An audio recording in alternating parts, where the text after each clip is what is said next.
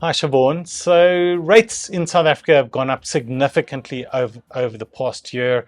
It's been a lot of pressure on our clients given this interest rate increases. We've seen inflation breaching the top end of the band.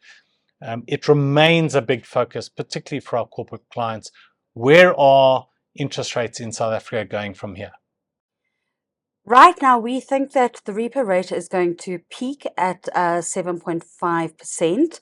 So another 25 basis point hike, which we're expecting this month, when the MPC meet. After that, we are expecting that the repo rate should remain stable into next year because we do see inflation kind of coming down. And even for the possibility of interest rate cuts towards the end of next year.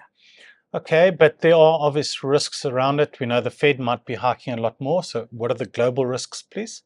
So yes, it seems like inflation is coming down quite a bit more slowly than expected, and particularly in the US. I mean, it's not even just about inflation. The economy seems to be holding up a bit better than was expected, and so we are, as you say, hearing this chance of the Fed cutting, hiking by more than we had expected.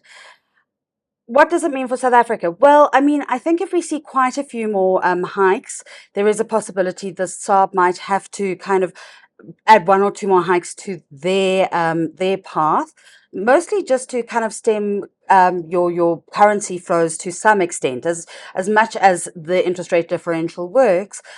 But at the same time, they also, if they don't see it having a big impact on something like inflation, are likely to just continue keeping interest rates flat. If they don't see that external influence. Okay, and what about domestically, the pressures and the risks?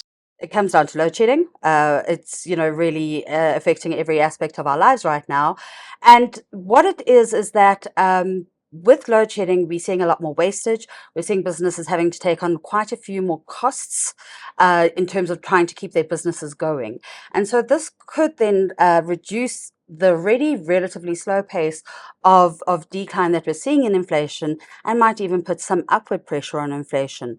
If that's the case, even though it's more a supply side issue, the Monetary Policy Committee is going to continue to emphasize their concerns over second round effects and inflation expectations.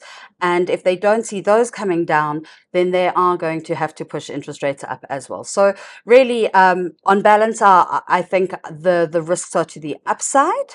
And it really is going to develop as we get more information, because we are in kind of new territory, and so it's consistently developing. With such a heightened level of uncertainty, what kind of advice would you give to our corporates in terms of hedging against interest rates? Yeah, so Siobhan, you spoke about the upside risks to interest rates, and I think that's worrying a lot of our corporate clients. Obviously, we've seen such substantial increases already over the past year. People worried it's going to go even further, notably with the pressure from offshore. So we're certainly seeing our corporate clients looking to hedge their interest rate risk. The problem, however, is that with the pressure in the US, what we've seen is the swap curves push up substantially. So the cost of moving from floating interest rate exposure to fixed has really gone up. Is it too expensive now? Well, it's looking a little bit rich. We are still seeing some clients willing to enter into and pay the swaps, but really we're probably back to where we were last year, where the curve's looking a bit expensive and clients really looking for other options. They're looking at caps, cap spreads, subsidized swaps. So certainly a lot of interest out there, but you certainly have to come and speak to the experts here to understand the best way of structuring it.